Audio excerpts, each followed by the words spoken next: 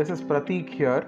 I'm an avid traveler, a seeker, so to say, very passionate about heritage, history, art, especially Indian art and Indian culture. And I am a passionate public speaker, an amateur historian, and my specific interests are in Indian arts and epigraphy and manuscriptology, which is what I'm pursuing as my academic interest now. And I am also a facilitator at Beyond 8, where I teach sociology, history, and economics. What drew you towards the field of history? So what drew me towards history and heritage is perhaps the basic question of how did we land here? Or when I look at things around me, asking the question of how did this thing become this thing? History is, I believe, is definitely not just about kings and empires. It's about the food on our plate.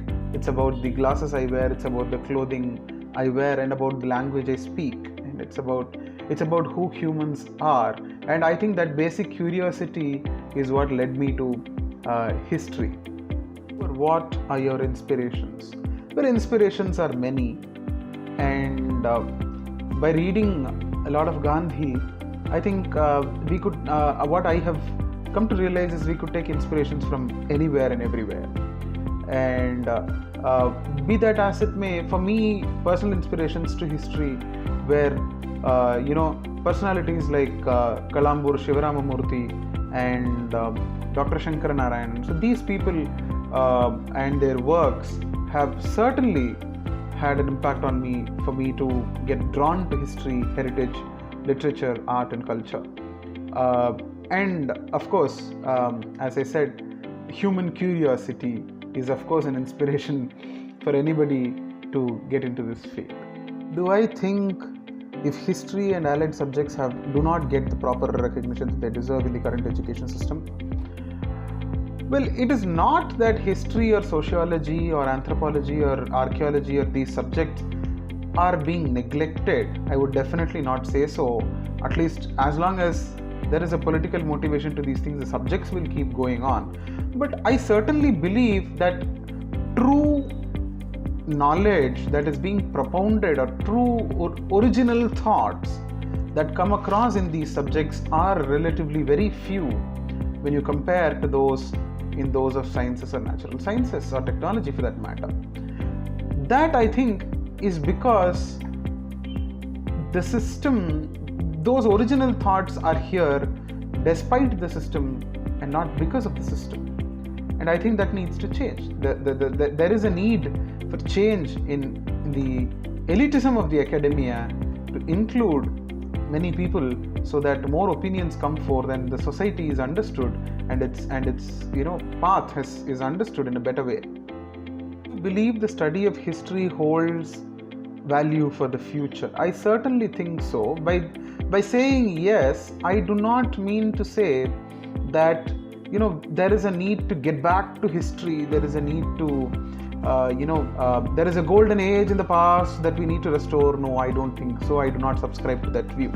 Albeit there might be wonderful things that we've done in the past which probably we have not imbibed today, and that needs to, we need to adopt them. And there are also so many mistakes that we've done in the past which we will never have to replicate. And I think history offers us a window to, look at ourselves, and reflect. And I think that is essentially the key for anything to move forward, to reflect on what has gone wrong and what has gone right, and to move forward with that.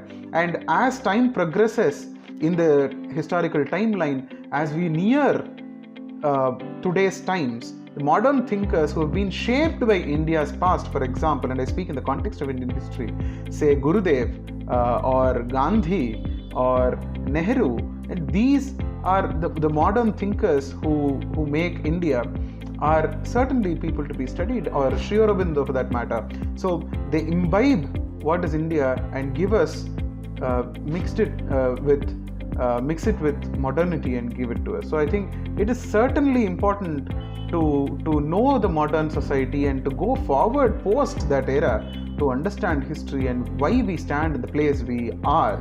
And that way history is important, and definitely not in saying that there was a golden era which has been stolen and we need to restore it. Certainly not. History come alive. That's a very, very, very interesting question. History is merely not in books, and history is not something about the past as well, I would say. History is about the present. And that's a weird, very, very, very weird definition to say that history is about present. But then, if we think about it, why do I speak in English to you is because I've been colonized by the English for 2 centuries. Why do I wear khadar? Because it shaped Indian independence. Why do I have books on Indian history behind me? Because I'm an Indian perhaps. And so, anything that happens around me, why do I have idlis on my plate for dinner? Because of history. So, anything around me today is history. And therefore, I say history is not about past, it's about present. So, how it could be applied is again mere curiosity that leads to history. And once we know that, our whole perspective on the world around us changes. Everything suddenly carries so much value, so much baggage behind it. And any building, any road, any pen, any clothing is not just a clothing anymore. It carries the baggage of so many stories, so many hands, so many minds working on it, and thereby we realize the value around us. And that, I think, is very important to bring history out of the books. And it could go on to help people, in the sense, understand that very factor, and speak about arts and their history, and promoting arts and artisans and handicrafts and handlooms and things like that, the core of India, the heart of India. I think for all of this, history plays an important role. His learner know if he or she wants to pursue history and its allied fields as a career option. What prospects does a learner have after studying history in school and college? So studying history in school and college is perhaps a taboo. Maybe today's world is changing. Yesteryears, it used to be a subject chosen if you were incapable of taking anything else. But today, I don't think that's the case, and that certainly should not be the case. So, see, the classic prospect would be to do your bachelor's, to do a master's, to do perhaps a PhD, write your NET, get into a college, become a professor, entertain a few more kids to go through the same process, for them to, invite another set of kids to do the same process. That's one thing. But that's not the only breadwinning option if you take history, because history is certainly being democratized today, and the seekers for history are a lot, and they are not essentially within the academic system. There is an essential need for democratizing history, and that can be converted into breadwinning. Trust me if I say so. So certainly, there are a lot of options. There is tourism, there is policy making, there is certainly the academia that awaits everyone, and who is up to it, and a lot of teaching, and a lot of options that are coming up today. Public speaking, working in the fields of NGOs, or conservation for that matter, conservation of heritage, museology,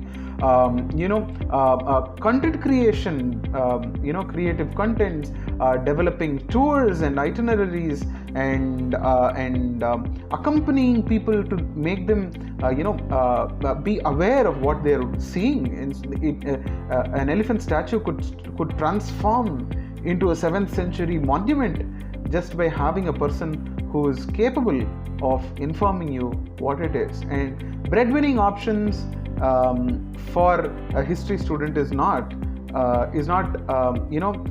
pipe's dream anymore.